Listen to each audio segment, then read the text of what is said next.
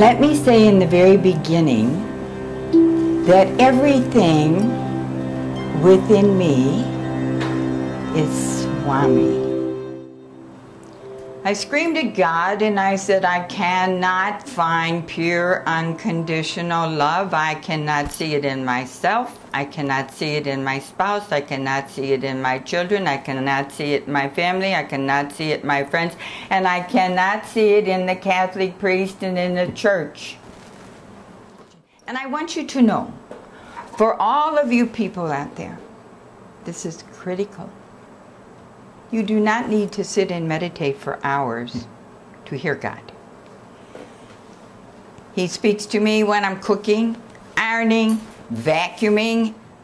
I am only the instrument, and He is such a master, such an incredible master to teach us what is pure unconditional love.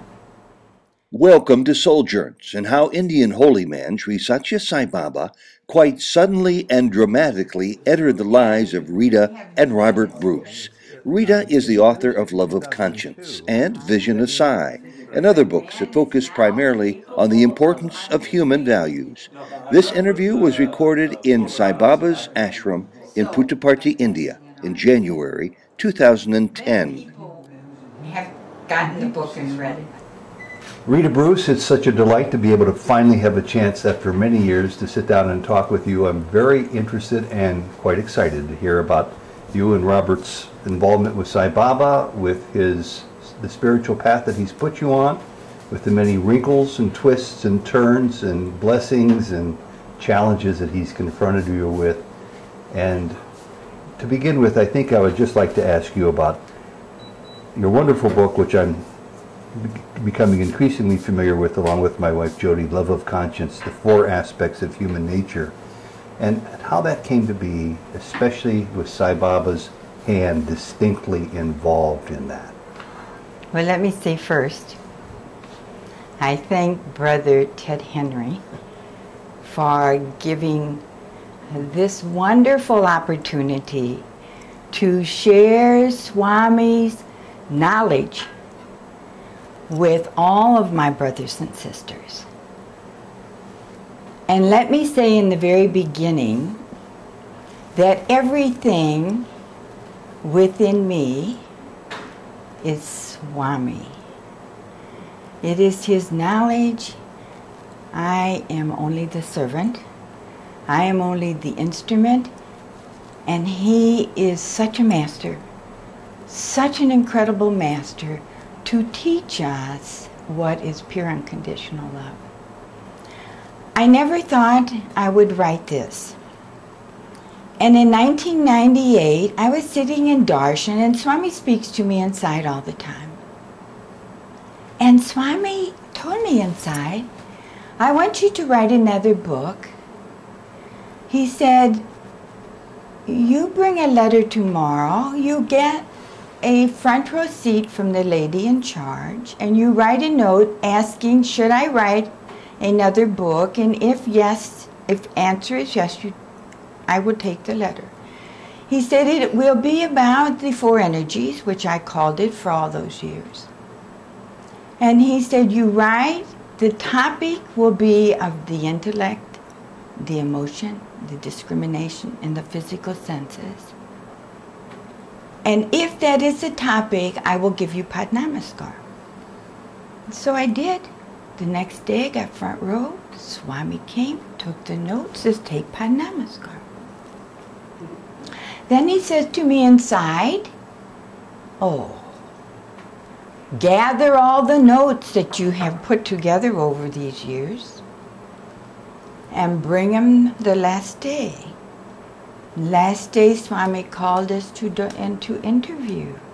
And he said, I want you to write this book. And he rubbed his hands back and forth over the notes, charging them.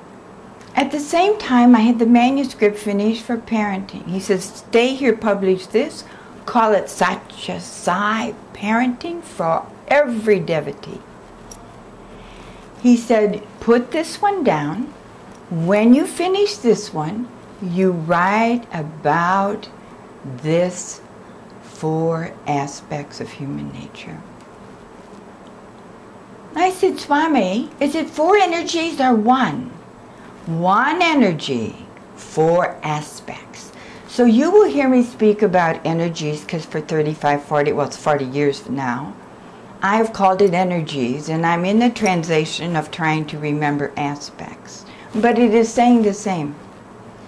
So I said to Baba, I can't do this, Swami. The knowledge is so far above me. How do you bring these concepts into simple reality for people to understand? Don't worry, I am there, I am helping you. And he kept reassuring me it was a task so far beyond me, I just could not believe he was asking me to do this. So I went home and I started.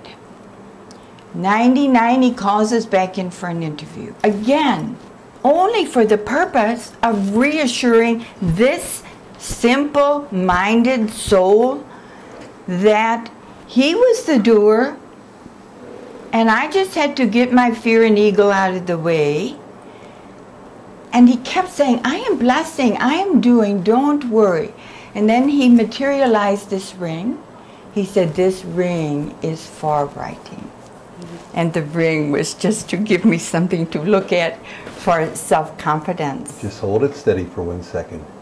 I happen to see a green ring there too, but this one here is the one. The one with the 3 diamonds. Yes. So has it worked? Have you used it in that way? Yes. Wonderful. Yes. So that was 99. By the year 2000, we come back. And I'm having trouble with some terminology. We spent 2 months here. And I said, Bhagavan, I don't care if you talk to me. I don't care if you give me a dream. I don't care if you talk to me in person. I don't care how I get it, but I cannot go any further. I'm stuck. So I talk to Swami like this. I'm always very direct with him.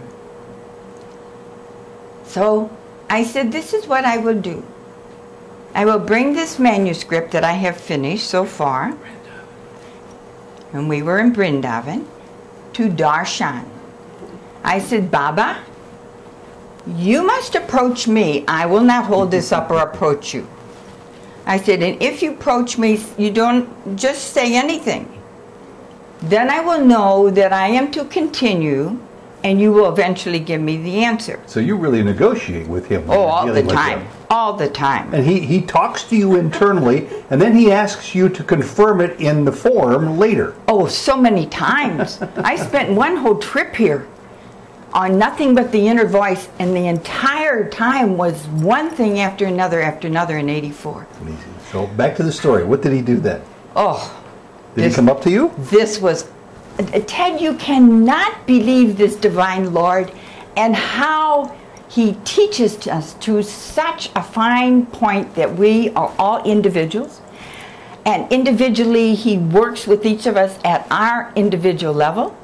And he is so perfect. So I'm at the end of his darshan, sitting in the front in Vrindavan. He comes around and he looks at my lap and he says, and what is this? So precious. He so he knows what did it come is. right up to you just like you had asked him for. Then, did you tell him what it was? Oh yeah, I knelt up. I knelt up with it in my hands. And I said, Baba, this is the knowledge of the 4 energies. I said, Swami, I'm stuck. I need your help. He said, I am blessing. I am blessing. Now, what I forgot to tell you was before he came out, he said, I want you to put your 3rd eye on my feet. I laughed. I said, Swami, if I do this, the Sevadals will not be happy. This was an